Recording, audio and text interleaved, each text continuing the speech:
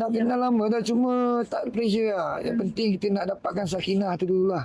Kalau tak ada sakinah pun apa, sebab ni third marriage tau. Yang mau ada ramah tu lepas kahwin lah. Sakinah tu first lah. Bukan kahwin dengan Sakinah.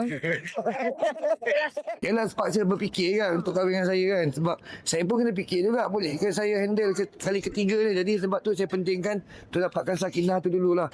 Maksudnya tak ada pressure lah hubungan. Sebab dia boleh terima anak saya. And then you know, ini macam tu penting. Sebab ni kali ketiga kalau let's say jadi. Amin, insyaAllah. Sebab yelah, dia pun berhati-hati, saya pun berhati. Sebab semualah yang saya kenal ni sama juga. Sebab dia orang kena tengok daripada segi boleh ke terima anak-anak saya, anak-anak saya boleh terima dia orang ke tak. Dia benda-benda tu kesian juga dia orang semua ni. Kita benda ni Allah nak kerja. Sebab benda ni could be besok boleh. Kalau ikutkan semalam saya nak kahwin, tapi saya kena bersabarlah kali ni. Sebab saya kata tak pressure lah. Benda ni tak tunggu masa saya nak tak nak jumpa mak bapak dia. Tu je.